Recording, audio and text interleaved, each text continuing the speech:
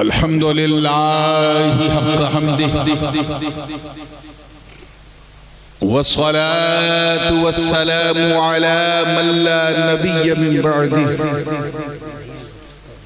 سيدنا ومولانا محمد المصطفى صلى الله تعالى عليه وسلم وعلى آله وصحبه وأزواجه وعترته أما بعد فأعوذ بالله من الشيطان الرجيم بسم الله الرحمن الرحيم هنالك دعا زكريا ربه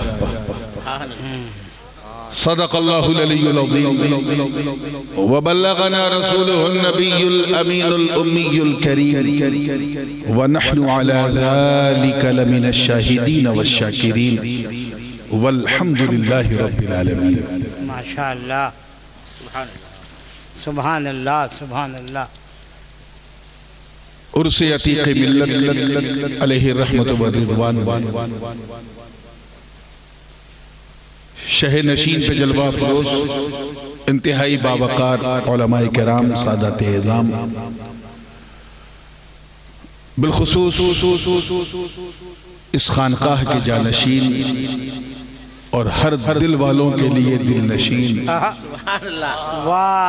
محب گرامی پیر طریقت جناب سید ضیاء الحسن ہاشمی صاحب قبلہ جن کی خلوص اور محبت بھری دعوت تقریباً 20 سال کے بعد اللہ پھر آپ کی محبت کی چھاؤں یعنی آپ کے اس خوبصورت گاؤں میں حاضر ہوا کافیہ کے ساتھ کیا کہنے 20 سال پہلے جب حضرت کا وصال ہوا تھا تو عرس چہلم کے موقع پہ میں یہاں آیا تھا تب یہ رونق یہ شان و شوکت نہیں بالکل جنگل تھا لیکن جنگل کو منگل کیسے کیا جاتا ہے یہ ضیاء الحسن صاحب کی ضیاء پاشیوں ہی کا نتیجہ ہے ضیاء پاشیوں کا جواب نہیں واہ واہ واہ واہ میں جانتا ہوں کہ سننے سنانے کا اب نہ کوئی سمے ہے نہ ماحول ہے رات زیادہ ہو چکی ہے بات بھی زیادہ ہو چکی ہے اور جب سنجر صاحب پڑھ دیں تو یہ کہنا بھی بہت ممکن ہے کہ رات بھی زیادہ نہیں بلکہ نعت بھی زیادہ ہو چکی ہے لیکن میں بھی حضور کا ایک ادنا سا نعت خواہ اللہ اللہ اللہ اللہ ہلچل صاحب میرا بھی خمیر کہیں نہ کہیں ترنم ہی کی مٹی سے گوندا گیا ہے سبحان اللہ تو بات سے پہلے ایک نعت پاک تاکہ تھوڑا آپ لوگ جگ جائیں اور جب بات سے پہلے نعت پاک کیونکہ جب رات جوان تھی تو بچے نعت پاک پڑھ رہے تھے تھوڑی سی جوانی ڈھلی تو ہمارے مہمان نعت خانوں نے مورچہ سنبھالا اور جب رات کی جوانی ڈھلی تو جناب شہزادے خطیب اعظم ہند حضرت علامہ سید مخمور جامی صاحب قبلہ انہوں نے پورا مورچہ سنبھالا اور جب بالکل بوڑھی ہو گئی تو ایک مرتبہ پھر سنجر صاحب کو مدعو کیا گیا اور جب اتنی بوڑھی ہو گئی کہ رات کے چہرے پہ جھرری پڑ گئی بد شکل ہو گئی دیکھنے لائق نہیں رہی اللہ اللہ تب مجھے بیٹھانا گیا اب میں مانتا ہوں کہ سفیدی شروع ہو گئی ہے مجھے بھی مگر ابھی اتنا برا حال نہیں ہوا ہے کہ ایسی بڑھیا رات تھوائی جائے رات کے چہرے پہ غازہ چاہیے اب جب تھما دیا ہے تو پھر ہاتھ اٹھا کے دعا کر دو کہ صاحب عرس کے صدقے میں اللہ اس بڑھیا رات سے میرا نباہ کروا اللہ تاکہ رات ڈھلتی رہے نبی کی بات چلتی رہے سبحان اللہ سبحان اللہ واہ واہ رب تعالیٰ ارشاد فرماتا ہے توجہ سے تیار ہیں میں نے کہا نا میں رات کا مولوی ہوں دن کا پیر ہوں اور ہر پیر شیرنی دیکھ کے فاتحہ کرتا ہے تو بھیا جیسی آپ کی سننی ویسا میرا فاتحہ جیسا سنو گے ویسا ہی سنو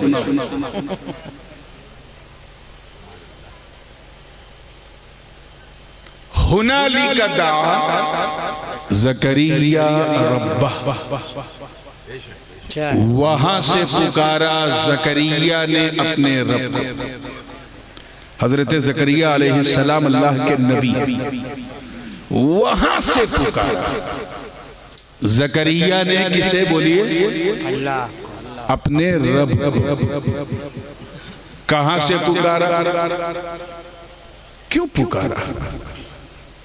کس کے لیے پکارا؟ اور یہ وہاں ہے کہاں؟ یقین جانو عرس میں آنے والوں، اگر آپ نے یہاں بیٹھے بیٹھے وہاں سمجھ لیا تو پھر یہیں بیٹھے بیٹھے سارا جہاں سمجھ لیا. اس سے پہلے کہ میں آپ کے ذہن کو لے جاؤں اس طرف کہ کیوں پکارا، کس لیے پکارا، کس کے خاطر پکارا، میرا جی چاہتا ہے کہ سب سے پہلے میں وہاں لے جاؤں جہاں سے پکارا.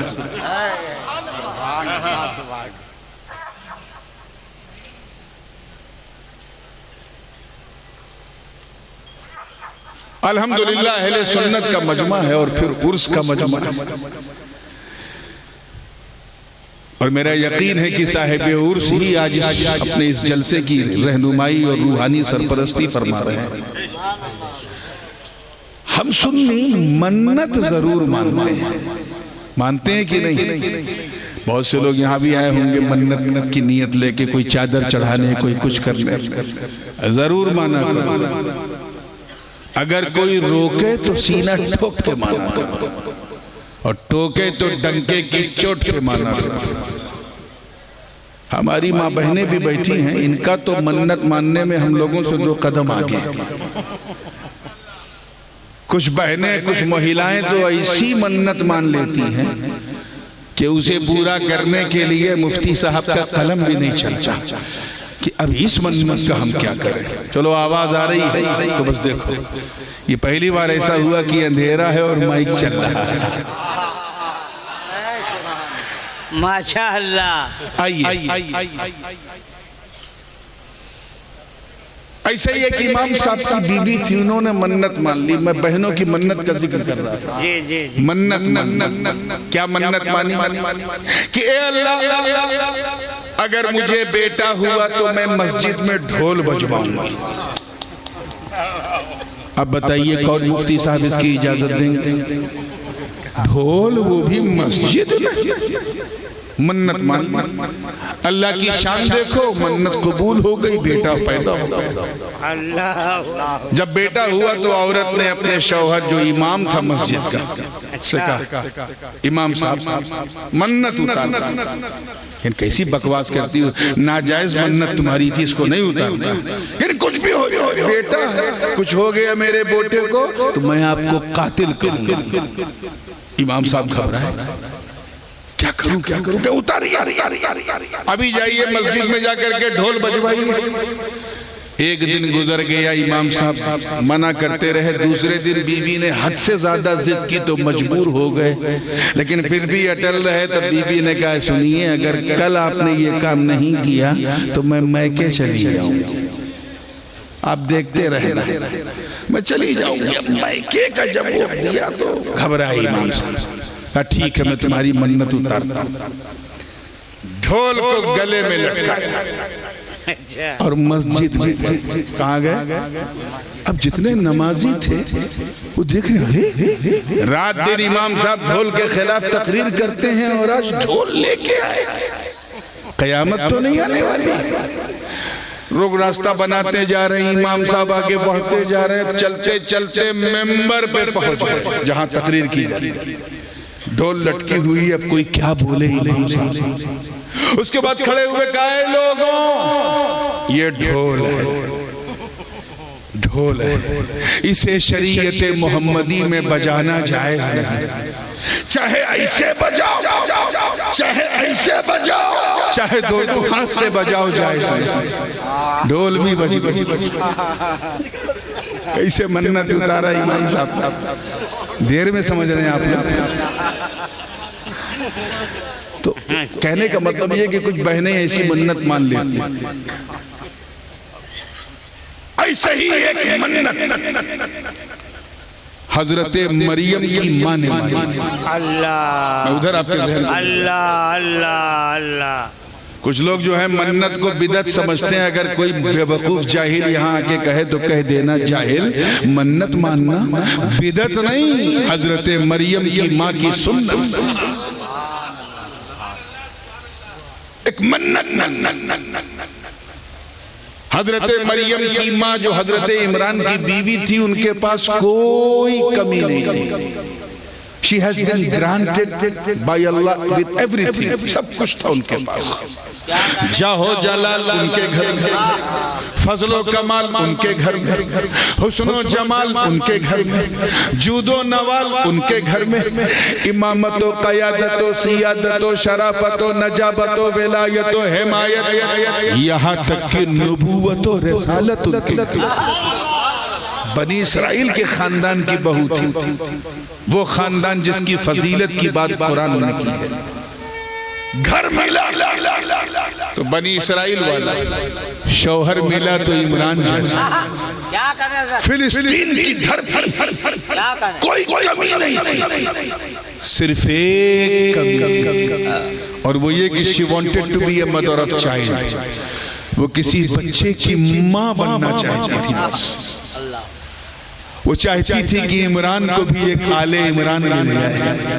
توجہ چاہوں گا، عمران کو بھی ایک آل عمران مل جائے.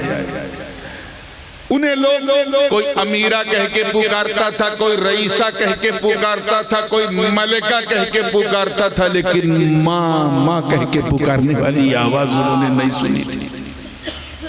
ایک دن رہا نہیں گیا، دعا مانگتے مانگتے تھک گئی، رہا نہیں گیا تو منت ویسے ہی جیسے ہماری بہنیں مان لیتی، مائیں مان لیتی. کیا اس منت کا ذکر قرآن پاک میں. وَإِذْ قَالَتِ امْرَأَتُ عِمْرَانَ رَبِّ إِنِّي نَذَرْتُ لَكَ مَا فِي بَطْنِي مُحَرَّرًا فَتَقَبَّلْ مِنِّي. حضرت مریم کی ماں کھڑی ہوئی، ہاتھوں کو بلند کیا، عرض کیا اے اللہ. اور اللہ پاک اپنے محبوب کو یاد دلایا، اے محبوب یاد کرو. توجہ، ایک بات بتاؤں، یاد اسی کو دلایا جاتا ہے جس کے سامنے گھٹنا گھٹی. یہ اچھا ہے. واہ واہ واہ واہ. ہم سے کہا گیا لوگ جھارکھنڈ اور بہار سے بھی آئے ہیں لیکن لگ نہیں رہا ہے. آپ لوگ اردو سمجھ رہے ہیں یار؟ تو کچھ تو بولے یار. میں آپ تو ایک رات جاگ رہے ہیں، مجھے یاد نہیں ہے میں کتنی رات جاگ رہا ہوں. صحیح بات ہے، صحیح. توجہ کے ساتھ، حوصلے کے ساتھ، پوری زندگی کے ساتھ سننا. یاد اسی کو دلایا جاتا ہے جس کے سامنے گھٹنا گھٹی. اللہ پاک اپنے محبوب کو یاد دلا رہا ہے. اے محبوب یاد کرو. Remember the moment you were looking. آپ دیکھ رہے تھے. بات حضور کے پیدا ہونے سے، جسمانی ولادت سے تقریباً 800-700 برس پہلے کی، اور اللہ محبوب سے کہہ رہا ہے یاد کرو. مطلب صاف یہ اعلان ہو رہا ہے کہ اے مصطفیٰ تم دور سے نہیں نور سے دیکھ رہے تھے. واہ واہ واہ واہ واہ. سبحان اللہ. کیا دیکھ رہے تھے؟ جب عمران کی بیوی نے میری بارگاہ میں ایک منت مانی اور یہ کہا تھا انی نذرت لک، اے اللہ میں تیری بارگاہ میں نظر مانتی ہوں، منت مانتی ہوں. کیا کہ بس تو مجھے، توجہ چاہوں گا جملہ ضائع نہ، مجھے صرف ماں بنا دے، میرے عمران کو آل عمران دے دے، میری جھولی میں ایک اولاد ڈال دے. میں منت مانتی ہوں کہ جو بھی میرے پیٹ میں ہوگا، چاہے بیٹا ہو یا بیٹی، میں تجھے دے دوں گی، تیرے حوالے کر دوں گی. میں اپنی ممتا کا سایہ بھی اس پہ نہیں پڑنے دوں گی، بس یہ داغ مٹا دے. یہ منت ماننا تھا کہ ٹھیک 9 مہینے کے بعد حضرت مریم اپنی ماں کی گود میں آ گیا. اچھا ابھی ذہن میں رکھیے گا، میری تقریر ابھی شروع نہیں ہوئی، میں تو صرف وہاں لے جا رہا ہوں جہاں سے پکارا، اور جب وہاں پہنچ جائیں گے تب تقریر شروع ہو جائے گی. فلما وضعتها قالت رب إني وضعتها أنثى والله أعلم بما وضعت وليس الذكر كالأنثى وإني سميتها مريم وإني أعيذها بك وذريتها من الشيطان الرجيم فتقبلها ربها بقبول إلى آخر الآية. بہت تفصیلی واقعہ ہے کہ جب ولادت ہوئی مریم کی تو گود میں لیا، دیکھا بیٹی ہے، عرض کیا ہے اللہ یہ تو بچی ہے، بیٹا ہوتا تو مجھے سکون مل جاتا، کیونکہ میری منت ہی ایسی. توجہ، میں نے منت مانی تھی کہ بیٹا ہو یا بیٹی تجھے دے دوں گی، اس لیے ضروری تھا کہ اس پر ماں باپ کا سایہ نہ پڑے. اسی لیے بچی کے پیدا ہونے سے پہلے عمران اس دار فانی سے رخصت ہو گئے. مریم کی ماں جانتی کہ 2 سال دودھ پلانے کی عمر گزار کے میری بھی زندگی کی کوئی گارنٹی نہیں، کیونکہ میں نے منت ہی ایسی مانی. بیٹا ہوتا تو اسے کوئی نہ کوئی سہارا دے دیتا. جب باپ نہیں ہوگا، ماں نہیں ہوگی اور یہ بیٹی اکیلی ہوگی تو کون سہارا دے گا؟ یہ سوچ سوچ کے پریشان اور پھر دعا کر رہے ہیں، ٹھیک اے اللہ مجھے کوئی گیلا نہیں ہے، تو نے میری گود تو بھر، مجھے ماں تو بنا دیا، ممتا کا مزہ تو چکھا دیا.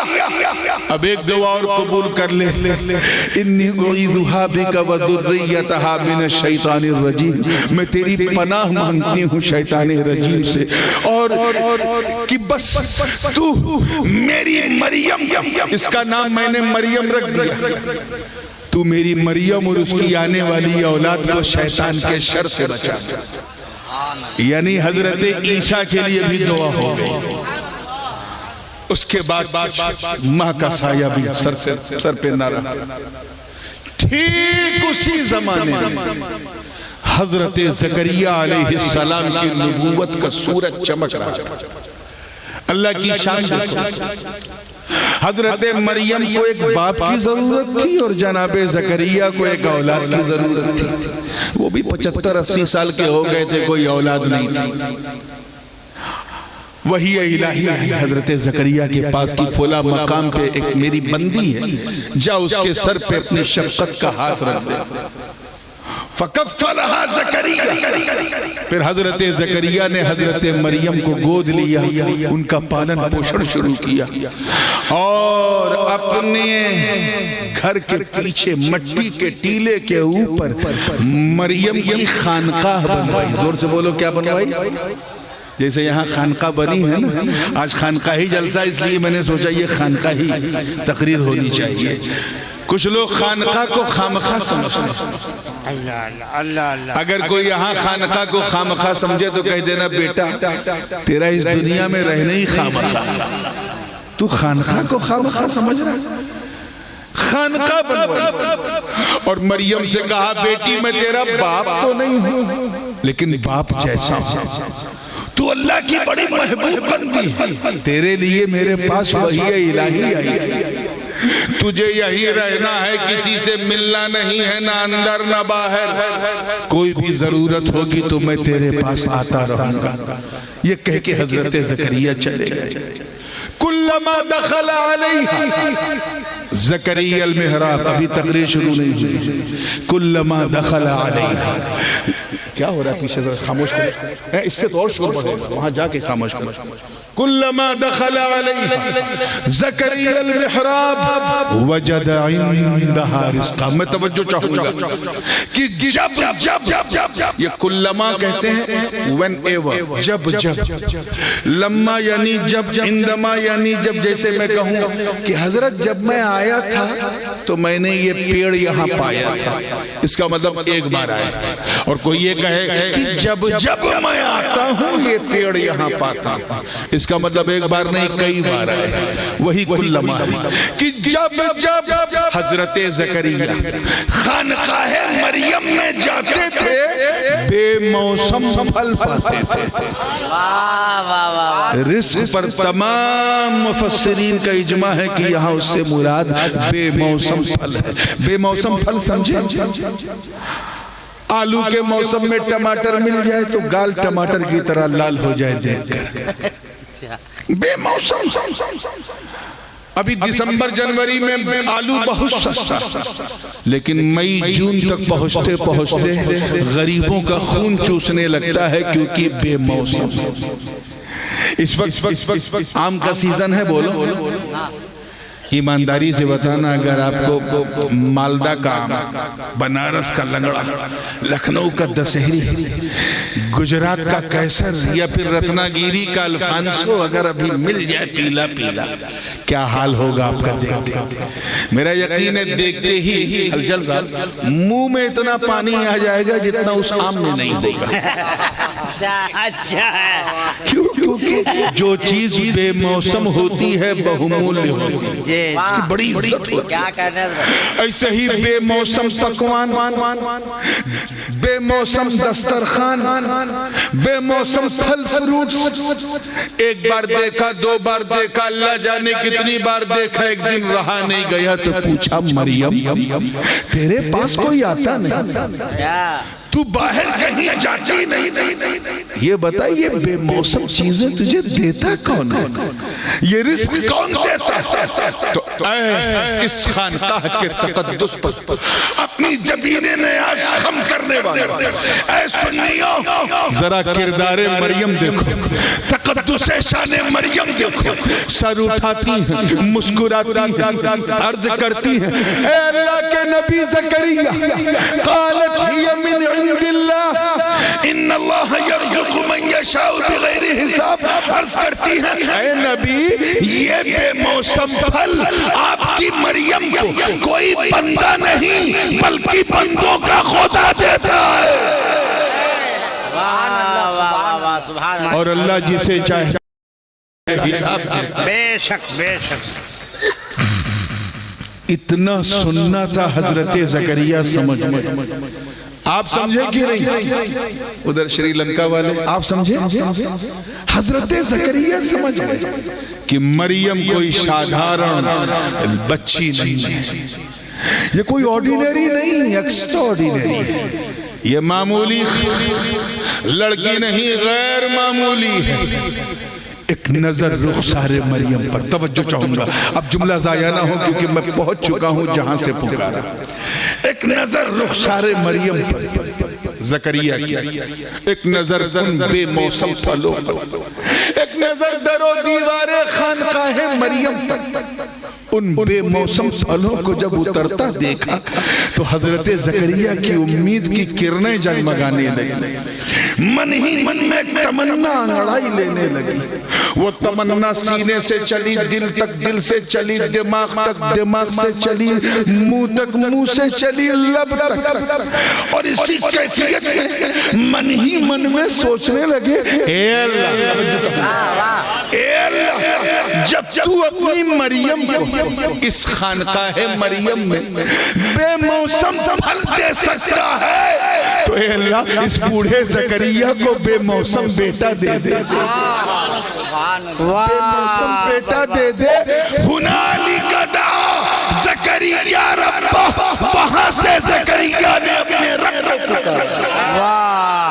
سبحان اللہ سبحان اللہ. سمجھ میں آیا؟ مجھے معلوم ہے کہ اگر یہ پکار میری 11 بجے ہوتی تو آپ کا یہ ریئیکشن نہ ہوتا. وہاں سے زکریا نے اپنے رب کو پکارا. کہاں سے پکارا؟ خانقاہ مریم. خانقاہ محراب مریم عربی میں، خانقاہ مریم فارسی.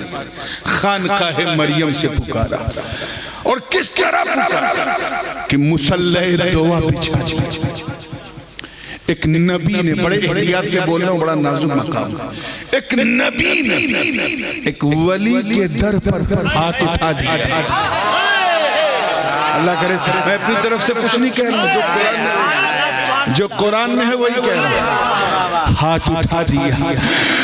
خیال زکریا لب زکریا تک پہنچے. پھر الفاظ میں تحلیل ہوئے. عرض کیا ربی حب لی من لدنک ذریۃ طیبہ انکا سمیع الدعاء. اے اللہ تو مجھے اپنی طرف سے ایک نیک ذریت یعنی اولاد دے دے، بے شک تو دعا سننے والا. ابھی دعا مانگ ہی رہے ہیں. ابھی ہاتھ اٹھے، ابھی وآخر دعوانا کہہ کے اپنے چہرے کا مسا بھی نہیں کیا، ابھی لب زکریا ہل ہیں، ابھی دعا جاری، ابھی مصلی دعا بچھا ہوا ہے۔ اس سے پہلے کہ زکریا دعا مکمل کرتے ذرا خانقاہ مریم کی شان دیکھے، دعائے زکریا باب اجابت کو دستک دینے لگی۔ آواز آئی ہے فرشتوں جاؤ، اے جبریل جاؤ، اپنی جماعت کو لے کر جاؤ، اور اس سے پہلے کہ میرا نبی زکریا خانقاہ مریم سے نکلے، جاؤ اسے خوشخبری سنا دو۔ فنادته الملائکہ وہو قائم یصلی فی المحراب ان اللہ یبشرک بیحییٰ مصدقا بکلمت من اللہ وسیدا وحسورا ونبیا من الصالحین۔ حضرت جبریل اعلان کرتے ہوئے آ رہے ہیں، اپنی جماعت کو لے کر محراب مریم کا طواف کرتے ہوئے جھوم جھوم کے کہہ رہے ہیں، ہنیئن لکا یا زکریا، مبروکن بکا یا زکریا، اے زکریا مبارک ہو، اے زکریا مبارک ہو۔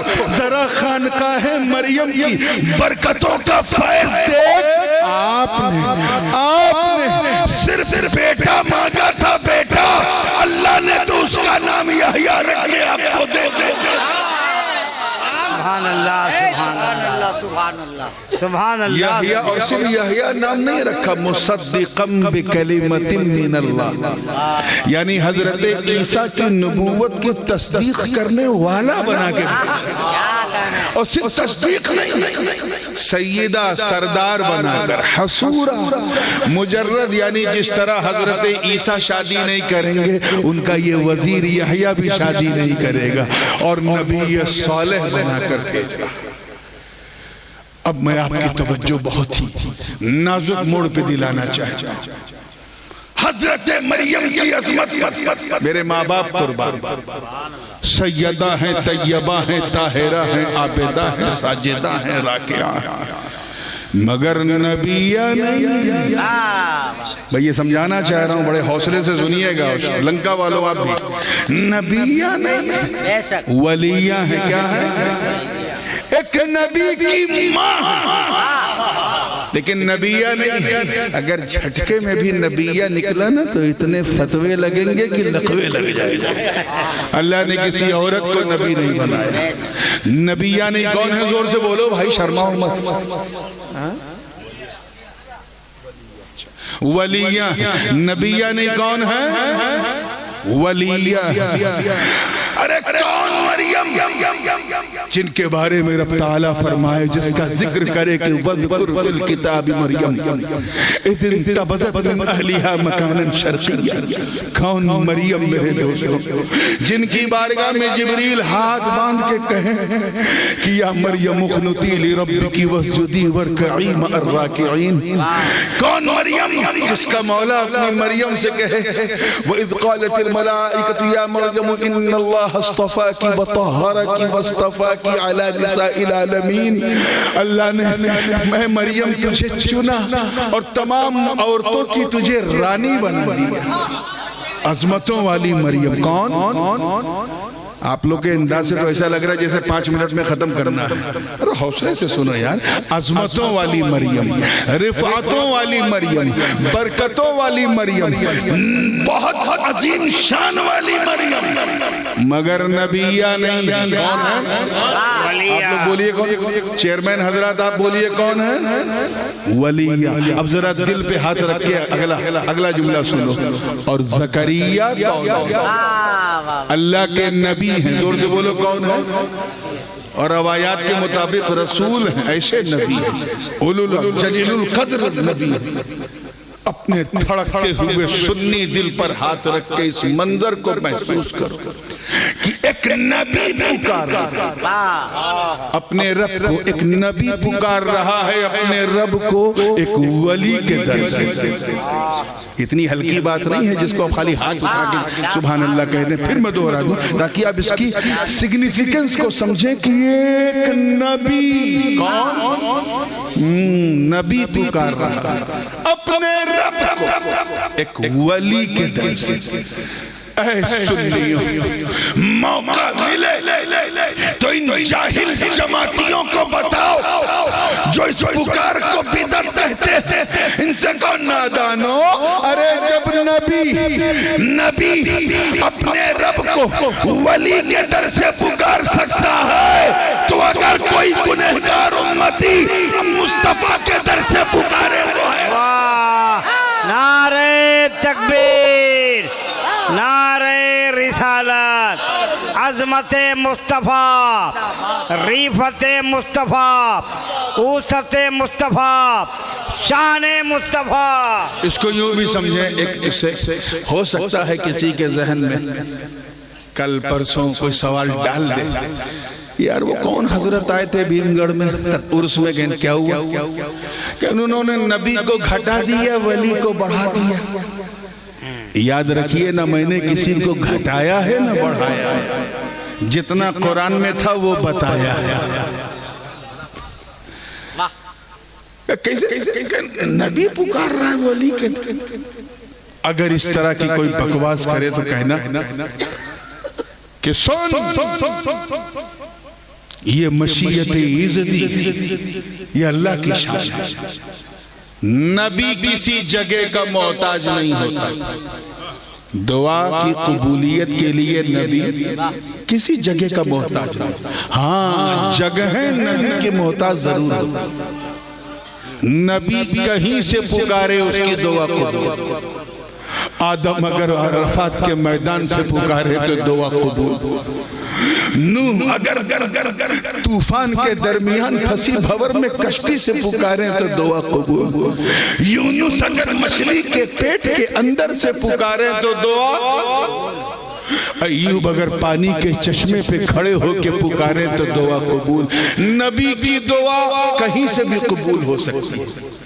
الٹا اسی سے سوال کرنا کہ جب نبی ہر جگہ سے پکار سکتا ہے تو پھر خانقاہ مریم سے کیوں پکار؟ کہیں سے پکار لیتے، معبد چلے جاتے وہاں سے پکار لیتے، بیت المقدس چلے جاتے وہاں سے پکار لیتے، ہیکل سلیمانی پہ چلے جاتے وہاں سے پکار لیتے، مسجد اقصی کے ممبر پہ چلے جاتے وہاں سے پکار لیتے، تھوڑا سا سفر کر کے مکہ آ جاتے وہاں سے پکار لیتے، مینا مزدلفہ عرفات چاہے جہاں سے پکار لیتے، اپنے گھر سے بھی پکار لیتے، تب بھی دعا قبول۔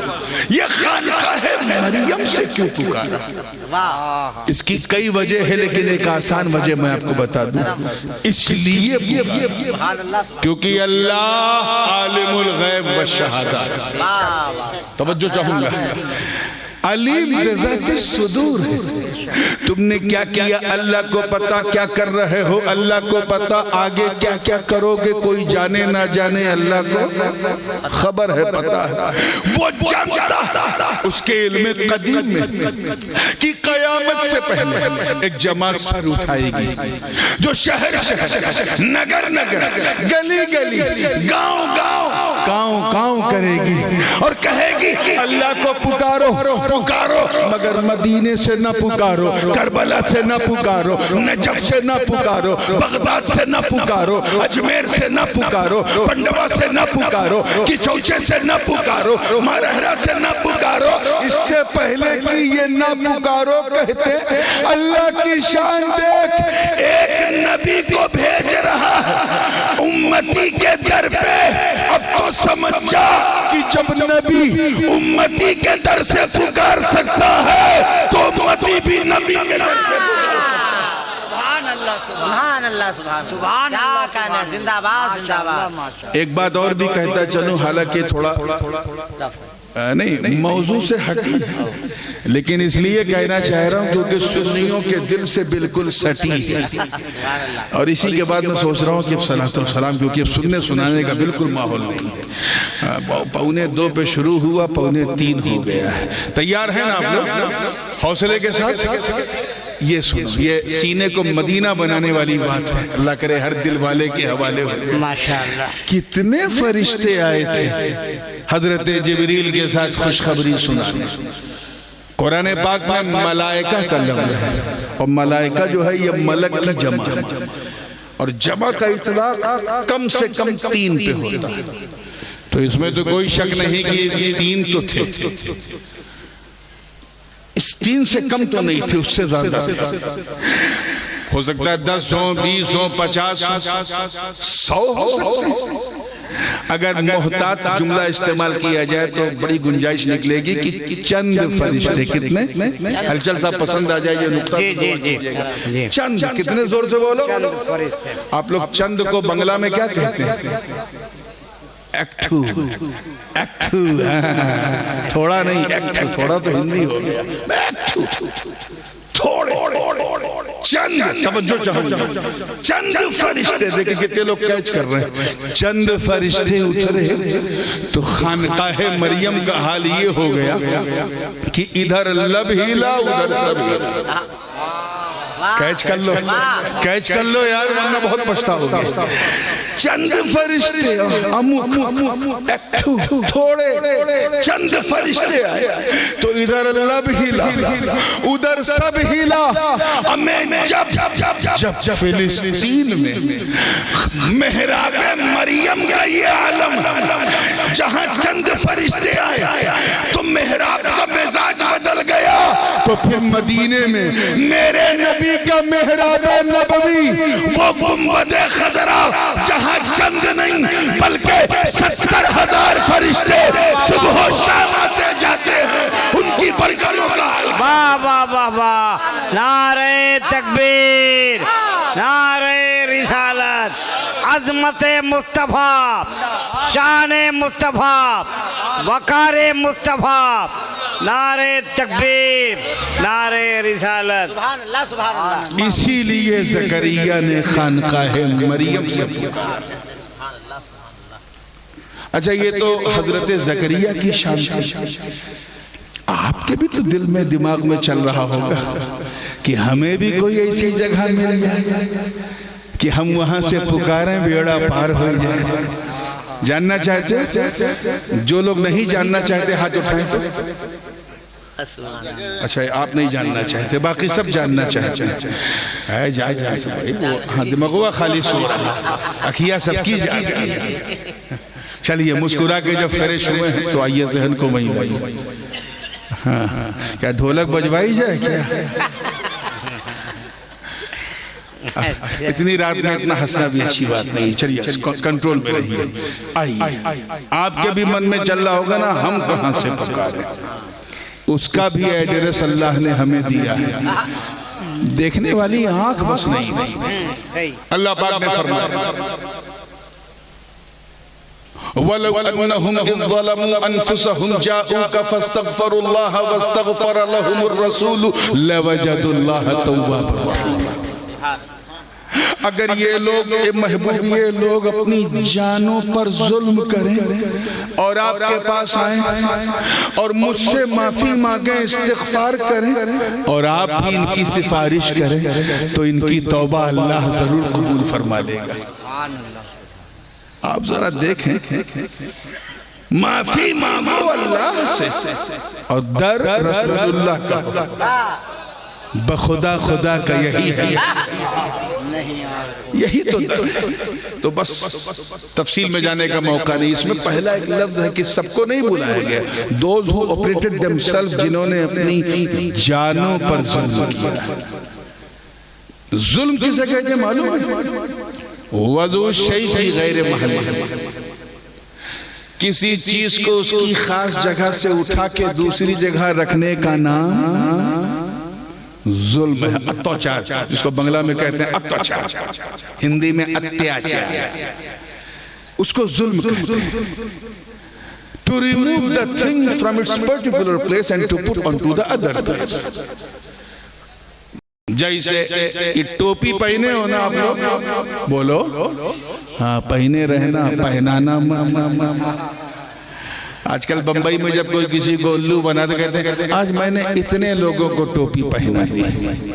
ٹوپی پہنو کیونکہ ٹوپی مومن کا تاج ہے، اسی کا تو بھارت میں راج ہے۔ اب اگر کوئی صاحب شامت اعمالی سے ٹوپی سر سے اتار کے پاؤں پہ باندھ لیں، یہی ٹوپی کے ساتھ ظلم ہے۔ کیا ہے؟ ظلم۔